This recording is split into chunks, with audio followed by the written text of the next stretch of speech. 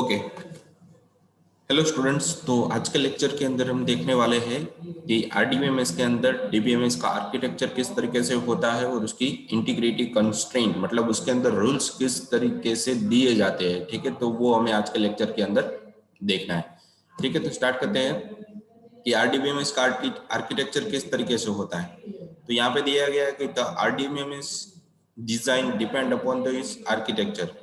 ठीक है, तो यहाँ पे क्या दिया गया है कि तीन में एक फिगर के अंदर दिया हुआ है कि डीबीएमएस आर्किटेक्चर के अंदर ये फर्स्ट टायर, टू टायर और थ्री टायर, ये तीन तरीके के टायर दिए गए। मतलब इस तीन तरीके से किसी भी तरीके के आर्किटेक्चर को, डेटाबेस को डिवाइड किया गया है। ठीक है, तो उसके अंदर क्या क्या आता है वो आज हम देखने वाले हैं। ठीक है, तो फर्स्ट ऑफ ऑल दिया है कि the basic client server architecture is used to deal with the large number of PC, web server, database server and other component that are connected with a network.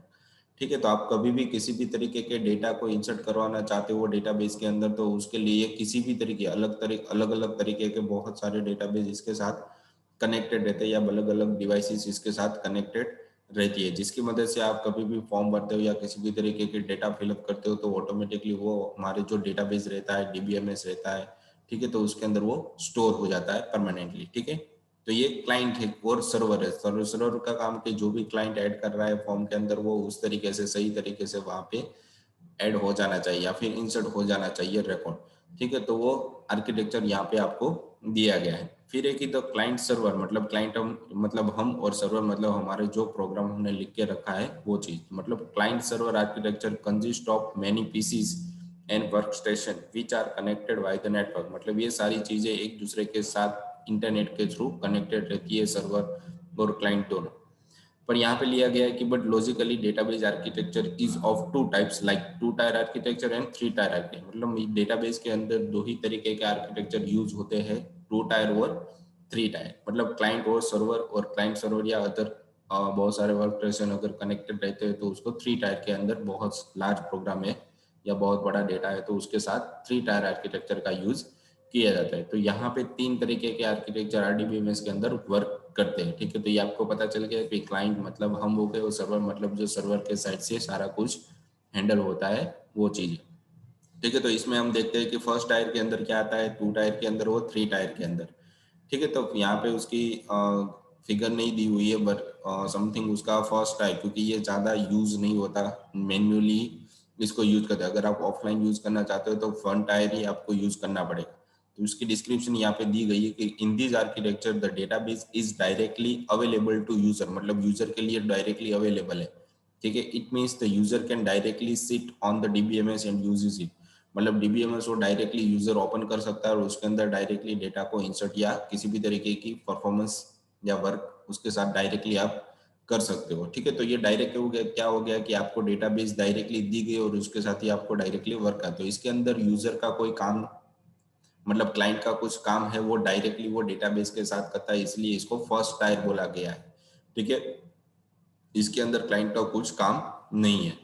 फिर any changes done here will directly be done on the database itself. मतलब database के अंदर directly वो changes हो जाएगा, किसी भी तरीके की कोई अलग से एप्लीकेशन की कोई जरूरत नहीं है, अलग से कोई फॉर्म की जरूरत नहीं होती, डायरेक्टली वो डेटाबेस के अंदर ही रहता है और वहीं से ही वो सारी चीजें चेंजेस करता है। It doesn't provide any handy tool for and user. मतलब दूसरे पर्सन के लिए किसी भी तरीके का अलग से, जैसे मैंने बोला कि कोई फॉर्म बॉम ऐसा कुछ नहीं होता, डायरेक्टली हैंडल कर सकता है उस डेटाबेस को। तो वो वन टायर डेटाबेस हो गया। मतलब आपके पास डायरेक्टली आपको डेटाबेस ही दिया गया है, किसी भी तरीके का कोई ग्राफिकली व्यू या फॉर्म नहीं दिया। फिर लिखा है कि यहाँ पे the one tier architecture is used for development of the local application where programmer can directly communicate with database for the quick response. ठीक है, तो डायरेक्टली जो यूजर होता है वो अपनी तरीके से कुछ डेवलपमेंट कर रहा है तभी इसी तरीके का आर्किटेक्चर यूज किया जाता है। इसके अलावा इस तरीके का आर्किटेक्चर यूज नहीं होता। अगर आप टेम्पररी ऑफलाइन आपका प्रोजेक्ट आप बना रहे हो तो उस टाइम पे आपको डायरेक्टली डेटाबेस की जरूरत पड़ती, तो उस टाइम पे आपको क्या करना पड़ेगा, ये डायरेक्टली डेटाबेस के अंदर चेंज कर देते, तो वो आपका वन टाइम, ठीक है, वन टायर आर्किटेक्चर हो जाता है। ठीक है, तो ये आर्किटेक्चर मतलब इसके अंदर किसी भी तरीके की कोई क्लाइंट की जरूरत नहीं होती, ओनली फॉर ये जो व्यक्ति बना रहा है, जो पर्सन अपनी तरीके से प्रोजेक्ट बनाया डेटाबेस को हैंडल कर सकता है तो वही उसको देख सकता है और उसको वो हैंडल कर सकता है, ठीक है। मतलब इसको बोला जाता है यहाँ पे वन टायर आर्किटेक्चर। उसके बाद आ जाता है हमारे पास टू टायर आर्किटेक्चर। तो टू टायर आर्किटेक्चर के अंदर दो अलग अलग क्लाइंट और यूजर, दो अलग अलग तरीके होते हैं। मतलब एक क्लाइंट रहता है और दूसरा सर्वर रहता है। क्लाइंट मतलब अपनी तरीके से वो डेटा डालेगा तो वो डायरेक्टली उसे डेटा नहीं दिखेगा, ठीक है। वो डेटाबेस के पास जाने के लिए उसके पास परमिशन लेनी पड़ती है कि मुझे डेटाबेस के अंदर ये चेंज करना है, तो वो परमिशन उसके पास नहीं होगा तो उसके अंदर वो कोई चेंज नहीं कर सकता। एक बार उसने जो भी डेटा डाला है वो ऐड कर दिया तो उसके बाद अगर परमिशन होगी तो वो वहां पे डिलीट या चेंज कर सकता है। उसके बाद कोई भी डेटा के अंदर वो चेंजेस नहीं कर सकता, ठीक है। तो वो परमिशन के डिपेंडेंट रहता है, मतलब डायरेक्टली कोई भी डेटाबेस को हैंडल नहीं करेगा, ठीक है। थर्ड पार्टी के थ्रू ही उसको हैंडल करना है। तो ये टू टायर हो जाता है यहाँ पे। तो वैसे ही यहाँ पे दिया गया है कि ये आपकी एप्लीकेशन यूजर है, ठीक है, और ये आपका डेटाबेस है। तो यहाँ पे क्लाइंट ने अपना डेटा डाला तो एप्लीकेशन को डेटा है वो डेटाबेस के अंदर स्टोर हो गया। पर वो अगर यूजर को डायरेक्टली डेटाबेस के अंदर डेटा डालना है विदाउट एप्लीकेशन तो यहाँ तक वो डायरेक्टली पहुंच नहीं सकता। तो ये सिक्योरिटी हो जाती है कि कोई भी व्यक्ति डायरेक्टली दूसरे के डेटा को एक्सेस नहीं करता, अपना ही डेटा वो एक्सेस कर सकता है थ्रू एप्लीकेशन, ठीक है। तो इसके बारे में यहाँ पे दिया गया है कि two tier architecture is same as a basic client और सर्वर, ठीक है। ये आपका सर्वर ही है, ऑनलाइन रहता है, और क्लाइंट मतलब आपका क्लाइंट मतलब आपका पीसी।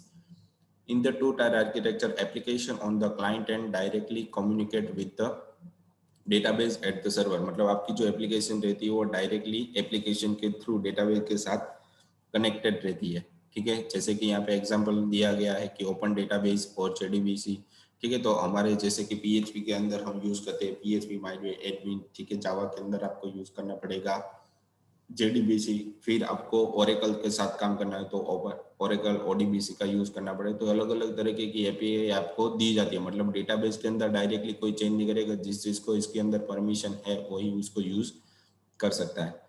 तो user interface and application program are run on the client side, ठीक है। तो जो भी तरह चीज, जो भी डेटा है या प्रोग्राम है वो सारी आपकी कहाँ पे चलेगी, एप्लीकेशन के थ्रू। मतलब यहाँ से अगर रिक्वायरमेंट में रहेगा तो उसको यहाँ से वो डेटा उठा के दे देगा, अगर नहीं है तो ये डेटा उठा के वहाँ पे नहीं देगा। तो ये सिक्योरिटी भी वहाँ पे ऑटोमेटिकली लगा देता है, ठीक है। तो ये सिक्योर भी हो जाता है कि डेटा के अंदर कोई भी व्यक्ति डायरेक्टली इंसर्ट नहीं कर सकता या फिर किसी भी तरीके की परफॉर्मेंस नहीं कर सकता जब तक उसको यहाँ पे परमिशन नहीं है। तो ये सिक्योर हो जाता है, ठीक है। The server side responsible to provide a functionality like query processing and transaction management। मतलब मुझे किसी भी तरीके की डेटाबेस में से डेटा लाना है तो उसे बोला जाता है क्वेरी, ठीक है। तो डायरेक्टली आप डेटाबेस को हैंडल नहीं कर सकते, इसलिए वो लोग बीच में आपको क्वेरी प्रोसेसिंग के लिए अलग से एक टास्क देते हैं जिसे बोला जाता है एसक्यूएल स्ट्रक्चर क्वेरी लैंग्वेज, जिसकी मदद से वो आप प्रोग्राम लिखोगे या क्वेरी लिखोगे तो उसमें से अगर वो सही होगी क्वेरी तो डेटाबेस में से उस तरीके का डेटा वो आपको देगा या फिर अपडेट करने देगा या फिर पर पर्टिकुलर डेटा ही चेंज करेगा, सारा डेटा कभी वो चेंज नहीं करेगा, ठीक है। आपको जितनी परमिशन है उसके हिसाब से। To communicate with the database DBMS, client side application establish a connection with the server side। मतलब client side के साइड से डेटाबेस के साथ कनेक्टिविटी देनी पड़ती है तभी उसके साथ वो एक्सेस, डेटाबेस को एक्सेस कर सकता है, वरना वो एक्सेस नहीं कर, वरना हमारा डेटा वो हैक हैक हो सकता है या फिर किसी भी तरीके की यहाँ पे से डेटा को रिमूव कर सकते हैं। मतलब वो रिमूव डिलीट कर सकते हैं। तो ये परमिशन के बेस पे सारी कनेक्टिविटी या फिर सारी एप्लीकेशन यहाँ से प्रोसेसिंग की जाती है, ठीक है। तो ये टू टायर आर्किटेक्चर हो गया, इसके अंदर डायरेक्टली कोई भी डेटाबेस के साथ चेंजेस नहीं कर सकता, ठीक है, विदाउट परमिशन। फिर एक ही थ्री टायर आर्किटेक्चर। तो थ्री टायर आर्किटेक्चर के अंदर दिया गया है कि डेटाबेस के अंदर भी आपको पहुंचना है तो उसमें भी आपको एप्लीकेशन सर्वर के पास पहुंचना पड़ेगा। अगर ये यहाँ से परमिशन देता है तो ही यहाँ पे चेंजेस होता है, ठीक है। तो ये कब यूज होता है, तो बहुत ही बड़ा प्रोजेक्ट आपके पास है, हजारों करोड़ों रिकॉर्ड आपको ऐड करने हैं तभी इस तरीके का डेटाबेस यहाँ पे यूज होता है थ्री टायर आर्किटेक्चर। वरना अगर आपके पास हजारों या लाखों रिकॉर्ड पड़े तो उसके लिए आप टू टायर आर्किटेक्चर यूज कर सकते हो, पर बहुत ही बड़ा आपके पता नहीं कि कितना इसके अंदर डेटा आने वाला है, तो आप थ्री टायर आर्किटेक्चर का भी यूज कर सकते हो, ठीक है। तो उसके लिए आपको अलग से डोमेन परचेज करना पड़े तो उसके अंदर ये बाय डिफॉल्ट ये सिस्टम आ जाती है, आपको खुद से कुछ बनाने की जरूरत नहीं रहती, ठीक है। फिर इसकी एक्सप्लेनेशन यहाँ पे दी गई है कि the three tier architecture contain another layer between the client and server. मतलब क्लाइंट और सर्वर के बीच में एक बीच अलग से एक सर्वर आ जाता है जो डायरेक्टली डेटाबेस के पास आपको पहुंचने नहीं देता। ठीक है, तो उसके लिए भी आपको एक परमिशन चाहिए, तभी आप डेटाबेस के साथ कनेक्टेड हो सकते हो। In the architecture client can't directly communicated with server, मतलब जो क्लाइंट रहता है वो डायरेक्टली सर्वर के साथ कनेक्टेड नहीं रहता। फिर है कि end user has no idea about the existence of the database beyond the application server, मतलब क्लाइंट को पता ही नहीं है कि हमारा जो डेटा है वो डेटाबेस के साथ कनेक्टेड है कि नहीं है। ठीक है, the database also has no idea about any other user beyond the application, मतलब किसी भी तरीके के यूजर को किसी भी चीज़ का पता नहीं चलेगा कि कहाँ से वो डेटा आ रहा है वो जा रहा है। ठीक है, अगर उसको परमिशन है इतनी तो वही वो परमिशन यूज कर सकता है, बाकी का अलग से कोई डेटा उसको नहीं दिखाएगा। ठीक है, तो यहाँ पे ये चीज़ हो जाती है कि अगर आप फ्लिपकार्ट या किसी भी तरीके की कोई वेबसाइट ओपन करते हो तो या फेसबुक यूज़ करते हो, उसके अंदर आप लॉगिन होते हो तो आपका ही डेटा आपको दिखाई देता है, किसी दूसरे बंदे का डेटा आपको नहीं दिखाई देता जब तक परमिशन ना हो तब तक। ठीक है, तो वो सारी फंक्शनैलिटी कहाँ पे दिखाई जाती है, 3 टायर आर्किटेक्चर के अंदर। तो फेसबुक एक बहुत बड़ा ग्लोबल प्लेटफॉर्म है, तो उसके अंदर भी सारी जितनी भी फंक्शनैलिटी दी गई है वो परमिशन के बेस पे ही दी जाती है। इसके अलावा आप कोई भी डेटा अलग से यूज नहीं कर सकती या उसके अंदर कोई भी चेंजेस आप नहीं कर सकते। ठीक है, तो जैसे ही गूगल भी हो गया, तो गूगल क्लासरूम के अंदर या फिर गूगल के अंदर जो भी जीमेल अकाउंट है उसके अंदर आपके अपनी खुद के ईमेल दिखाई देते, दूसरे के ईमेल नहीं दिखाई देते। अगर आपको चेक करनी है तो भी आपकी परमिशन वहाँ पे होगी, तो ही उसके साथ दूसरे पर्सन के साथ तो ही आप दोनों के बीच में कम्युनिकेशन होता है, वरना नहीं होता। तो ये सारी परमिशन के बेस पे सारा कुछ वर्कआउट होता है। ठीक है, फिर एक end user has no idea about the existence, ये तो हमने पढ़ लिया। ठीक है, with 3 tier architecture is used in case of a large web application, मतलब बहुत बड़ी वेब एप्लीकेशन बनानी है तभी 3 टायर आर्किटेक्चर का यूज होता है। तो जैसे मैंने आगे आपको बताया कि आर्किटेक्चर के अंदर 2 टायर और 3 टायर ये दोनों तरीके ही ज़्यादातर यूज होते हैं। फर्स्ट टायर आर्किटेक्चर कभी भी यूज नहीं होता, तो यूज होता है तो क्लाइंट कभी भी अपने पीसी के अंदर वो सर्वर बनेगा तभी चलेगा, वरना नहीं चलेगा। ठीक है, और मोस्टली कभी भी वेब एप्लीकेशन आपको लाइव करनी है या फिर ऑनलाइन ऐड करनी है तो पुट करनी है, तो उसके लिए ऑलवेज 2 और 3 टायर ही यूज होता है। ठीक है, तो ये हमारे डीबीएमएस के आर्किटेक्चर है, इन 3 तरीकों का ही यूज किया जाता है, उसके अलावा कोई तरीका नहीं है। फिर है कि दूसरा टॉपिक हमारे पास की डेटा इंटीग्रिटी, मतलब जो भी डेटा हम डाल रहे हैं, ठीक है, वो डेटा किस फॉर्म में और किस तरीके से इंसर्ट होना चाहिए। ठीक है, तो उसके बारे में बताया गया। तो फर्स्ट ऑफ ऑल हमें समझना पड़ेगा कि कंस्ट्रेंट या इंटीग्रिटी क्या होती है। ठीक है, तो उसके बारे में यहाँ पे बताया गया था कि integrity constraints are set of rules. ठीक है, तो integrity constraint one type of क्या है, एक रूल्स है कि इस तरीके का डेटा अगर आपने वहां पे बैकएंड में दिया है तो इस तरीके का ही डेटा इसके अंदर स्टोर होगा, दूसरा नहीं कर सकते आप। ठीक है, अगर आप वहां पे दूसरा तरीके का डेटा भी ऐड करना चाहोगे तो वो क्या दे देगा, वन टाइप ऑफ एक एरर, मतलब आपका डेटा वो कभी भी इंसर्ट नहीं करेगा या फिर किसी भी तरीके की वो एरर वहां पे दिखा देगा। ठीक है, तो ये रूल्स भी डेटा किस तरीके से इंसर्ट करने हैं, कैसे भी आप डेटा को इंसर्ट करना चाहते हो, पर किसी भी तरीके का कोई भी डेटा आप कहीं पर नहीं डाल सकते, उसके लिए भी उसके रूल्स पहले से ही डिफाइन किए गए होते हैं, जिसकी मदद से जो भी इंफॉर्मेशन आती है वो क्वालिटी इंफॉर्मेशन आती है कि इसी तरीके का डेटा इसके अंदर स्टोर किया जाएगा। ठीक है, तो ये आपको समझ में आ गया होगा कि इंटीग्रिटी कंस्ट्रेंट मतलब वन टाइप ऑफ एक रूल्स। ठीक है, it is used to maintain the quality of, जैसे मैंने अभी आपको बताया, तो उसकी मदद से आपकी जो भी इंफॉर्मेशन है उसी तरीके की इंफॉर्मेशन उस कॉलम के अंदर, मतलब कि क्वालिटी रहेगी, मेंटेन रहेगी कि इस तरीके का ही डेटा इसके अंदर स्टोर होगा। अब जो भी डेटा आप इंसर्ट कर रहे हो तो उसके साथ क्या क्या फंक्शनलिटी आती है। तो integrity constraint ensure that the data insertion, updating, and other processes have to be performed in such a way that data integrity is not affected. ठीक है, तो किसी भी तरीके की ऑपरेशन आप उसके साथ करना चाहते हो तो वो इजीली परफॉर्म कर सकता है। ठीक है, तो क्यों कर सकता है, क्योंकि उसके अंदर आपने जो भी डेटा डाला है वो वन टाइप ऑफ एक ही तरीके का डेटा है या फिर क्वालिटी इंफॉर्मेशन है, जिसकी मदद से पता चलेगा कि इसी तरीके का डेटा इसके अंदर रहेगा, इसके अलावा दूसरा तरीका आपके पास नहीं है। ठीक है, तो integrity constraint is used to guard against accidental damage to the database, मतलब ये कभी कभी आपको जो भी डेटा आप डाल रहे हो वो कभी कभी आपको गलत डेटा डालोगे तो वो इंसर्ट नहीं करेगा या फिर आपको एक एरर दे देगा कि इस तरीके का डेटा इसके अंदर नहीं डाल सकते। तो कभी कभी आप भूल से कभी गलत डेटा डाल दो तो भी वहाँ पे वो एरर दे देगा कि यहाँ पे ये एरर है। ठीक है। तो ये क्वालिटी मेंटेन करके रखता है भी किस तरीके के डेटा के अंदर कौन सा डेटा जाना चाहिए, पहले से ही फिक्स करके रखा जाता है ताकि उसके अंदर कभी भी जो भी इंफॉर्मेशन है वो गलत ना जा सके। ठीक है। तो ये उसके रूल्स हो गए।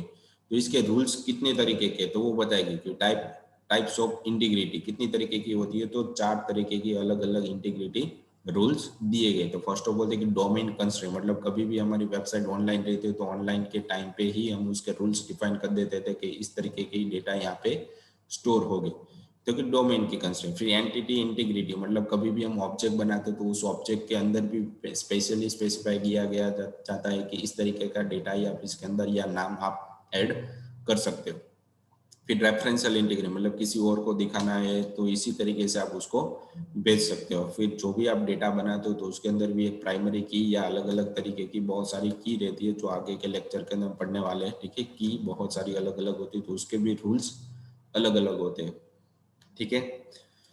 तो ये हो जाती है हमारी 4 तरीके की इंटीग्रिटी। तो फर्स्ट ऑफ ऑल हम समझते हैं कि डोमेन कंस्ट्रेंट क्या होता है। ठीक है। तो डोमेन कंस्ट्रेंट, तो domain constraint can be define as the definition of valid set of value for an attribute, मतलब किसी भी तरीके की एट्रीब्यूट, ये आपकी एट्रीब्यूट है कॉलम है। तो लास्ट लेक्चर के अंदर हमने यही पढ़ा था कि एट्रीब्यूट और कॉलम जो,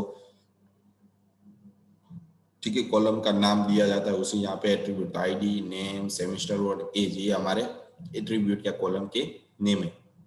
ठीक है। तो आईडी के अंदर देखो नंबर ही स्टोर होना चाहिए, नेम के अंदर पहले से ही डिफाइन किया गया कि नेम ही स्टोर होना चाहिए। फिर सेमेस्टर के अंदर भी यहाँ पे सेमेस्टर इस तरीके से ही स्टोर होना चाहिए। अगर एज के अंदर आपको नंबर ही होना चाहिए। अगर यहाँ पे आप देखो नाम या किसी भी तरीके का कैरेक्टर डालोगे तो वो स्टोर नहीं करेगा, क्योंकि पहले से ही आपने इसके अंदर मेंशन करके रखा है कि इंटीजर टाइप का ही डेटा इसके अंदर स्टोर होगा।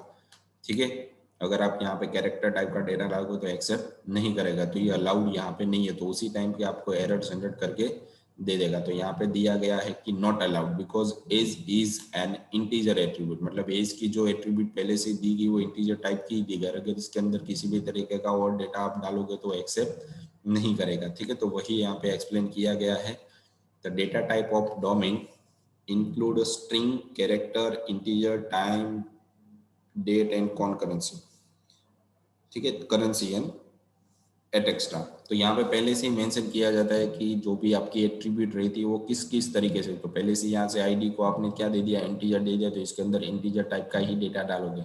नेम दे दिया है तो इसके अंदर कैरेक्टर टाइप का ही डेटा जाएगा। इसके अंदर आपने कैरेक्टर, इसके अंदर भी इंटीजर, तो इंटीजर के टाइम पे आप कैरेक्टर डालोगे तो वो स्टोर नहीं करेगा। तो ये वन टाइप ऑफ गलत डेटा हो गया।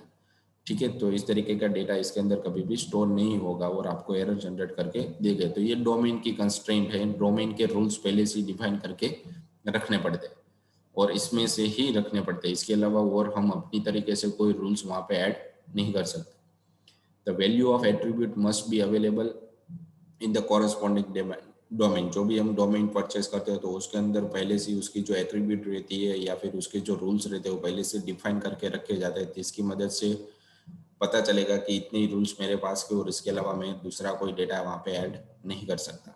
ठीक है। तो ये डोमेन्स की मतलब सर्वर की रूल्स हो गए। उसके बाद हो जाते हैं कि एंटिटी इंटीग्रिटी कंस्ट्रेंट। एंटिटी मतलब ऑब्जेक्ट।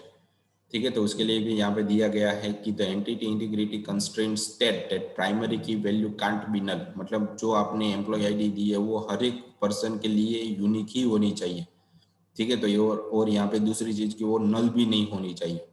ठीक है। तो यहाँ पे दिया गया अगर आपने इस पर्सन का नाम दिया है, उसकी सैलरी दी है पर उसकी आईडी नहीं दी है तो ये वन टाइप ऑफ एक एरर हो जाती है, जिसकी वजह से आपको डेटा फैच करवाना या फिर चेंज करवाना रहता है। तो ये आपको नहीं मिलेगा तो आप डेटा चेंज नहीं कर सकते। ये रूल्स, तो ये रूल्स हो गया। ठीक है। तो जिसकी मदद से आप डेटा को की वैल्यू को चेंज नहीं कर सकते। ठीक है। तो entity integrity constraint state primary key value can't be null. तो अगर आप जिस टाइम पे एम्प्लॉय नाम का टेबल बना रहे हो तो उस टाइम पे आपको इस एम्प्लॉय आईडी को प्राइमरी की मतलब यूनिक बनाना रहता है। तो उस टाइम पे आपने डिफाइन किया रहता है कि जो प्राइमरी की है वो नल नहीं होनी चाहिए। ठीक है। तो अगर आप यहाँ पे नल डालोगे तो वन टाइप ऑफ एक एरर आ जाएगी। ठीक है। तो यहीं पे उसका डिस्क्रिप्शन दिया गया, this is because the primary key value is used to identify the individual row, मतलब इस रो को पहचानने के लिए इसकी यहाँ पे वैल्यू दी जाती है और यूनिक होती है। अगर आपने यहाँ पे 123 पहले से दिया हो तो 123 वापस वो कभी भी नहीं लेगा, वो एरर दे देगा। तो प्राइमरी की का मतलब क्या हो जाता है कि इसके अंदर कभी भी आप डुप्लीकेट डेटा नहीं डाल सकते। पर एम्प्लॉय नेम के अंदर डुप्लीकेट डेटा चलेगा, सैलरी के अंदर चलेगा, पर एम्प्लॉय आईडी के अंदर नहीं चलेगा। तो प्राइमरी की आप सिर्फ टेबल के अंदर जो फर्स्ट कॉलम होती है उसी को ही दे सकते हैं, किसी दूसरी फील्ड को आप नहीं दे सकते, ठीक है। और प्राइमरी की ऑलवेज एक टेबल के अंदर एक ही आती है, एक से अलावा नहीं आ सकती, वो कॉलम पे अप्लाई होती है। तो कॉलम के लिए आपको क्या करना पड़ेगा, उसके अंदर प्राइमरी की देनी पड़ेगी। तो वो आइडेंटिफाई करता है कि इस रो का जो डेटा है इसके थ्रू मुझे मिलेगा, ठीक है। तो ये नल नहीं होगा। तो यहाँ पे उसकी एरर दिखा दी कि not allowed as a primary key can't contain a null value, मतलब उसके अंदर कभी भी ब्लैंक वैल्यू नहीं आएगी। तो इसके अलावा बहुत सारे अलग अलग तरीके के रूल्स आ जाते हैं, ठीक है यो। और यहाँ पे अभी हम जो देख रहे हो वो उसके primary rules. A table can contain a null value other than the primary key field, ठीक है। प्राइमरी की कभी इसके अंदर नल कब आएगी, अगर ये प्राइमरी की नहीं होता तो इसके अंदर आप नल डाल सकते थे, ठीक है। तो ये इसके इंटीग्रिटी कंस्ट्रेंट हो गई। उसके बाद एक रेफरेंशियल इंटीग्रिटी, मतलब दूसरों के थ्रू हमें डेटा को फैच करके लाना है तब। तो यहाँ पे देखो मेरे पास यहाँ पे एक एम्प्लॉय का टेबल है, ठीक है। तो यहाँ पे मेरे पास एम्प्लॉय नेम नंबर, नेम है, एम्प्लॉय का नंबर है, एम्प्लॉय की एज है और डिपार्टमेंट नंबर है। तो डिपार्टमेंट के लिए अलग से एक टेबल दिया गया है। तो टेबल के अंदर यहाँ पे देखो डिपार्टमेंट नंबर यहाँ पे दिया है 11, 24 और 13, और 11 की जो लोकेशन है वो मुंबई है, 24 की दिल्ली है, 13 की नोएडा है, ठीक है। तो ये डेटा मुझे जब भी मैं कोई पर्सन को हायर करूंगा तो उसके लिए मुझे डिपार्टमेंट उसको असाइन करना पड़ेगा कि किस डिपार्टमेंट के अंदर वो असाइन किया गया है, ठीक है। तो उसके लिए मुझे जब भी एम्प्लॉय का नाम, एज और डिपार्टमेंट नंबर डालूंगा तो ये तीनों में से है, क्योंकि मेरे पास 3 ही ब्रांच है, उसके अलावा कोई ब्रांच मेरे पास नहीं है। तो यहाँ पे देखो 18 नंबर का कोई यहाँ पे डिपार्टमेंट मेरे पास है ही नहीं, और यहाँ पे मैंने 18 नंबर का डेटा डाला है, तो ये यहाँ पे नॉट अलाउड हो जाएगा, ठीक है।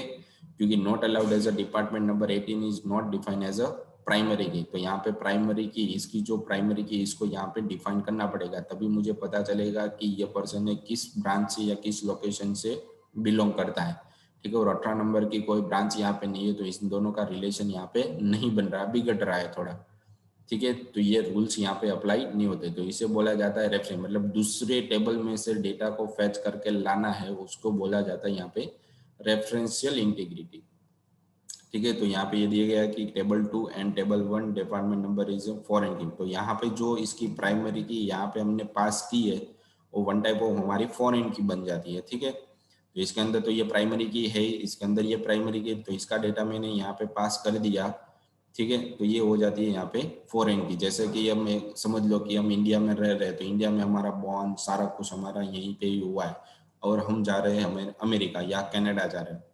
तो कनाडा के अंदर जा रहे हैं तो हम कनाडा के लिए क्या हो गए, फॉरेन हो गए, फॉरेनर हो गए। अमेरिका के लिए फॉरेनर हो गए। तो अगर अमेरिका वाले यहाँ पे आते तो वो वन टाइप उसका ओरिजिनल बॉन्ड तो अमेरिका में, पर यहाँ पे वो आता है तो उसका ये फॉरेन हो जाता है, ठीक है। तो वैसे ही यहाँ पे एक टेबल में से दूसरे टेबल में आप चाहते हो प्राइमरी की के साथ, तो ये फॉरेन की बन जाती है, ठीक है।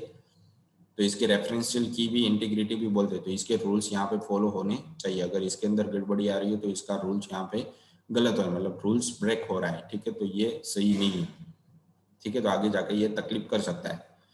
तो इसकी यहाँ पे डिस्क्रिप्शन दी गई है। तो referential integrity constraint is specified between two table. तो रेफरेंशियल के लिए ऑलवेज दो टेबल का ही यूज किया जाता है, एक टेबल के थ्रू आप रेफरेंशियल इंटीग्रिटी कंस्ट्रेंट रूल नहीं बना सकते। The referential integrity constraint if a foreign की इन अ टेबल 1, मतलब इस टेबल 1 के अंदर जो फॉरेन की, ये जो फॉरेन की दी गई है, ये बिलोंग कहाँ से करती है, टेबल 2 के अंदर से ये बिलोंग करती है, ठीक है। मतलब यहाँ से वो डेटा उसका फैच करके ला रहा है, तो ये फॉरेन की होगी।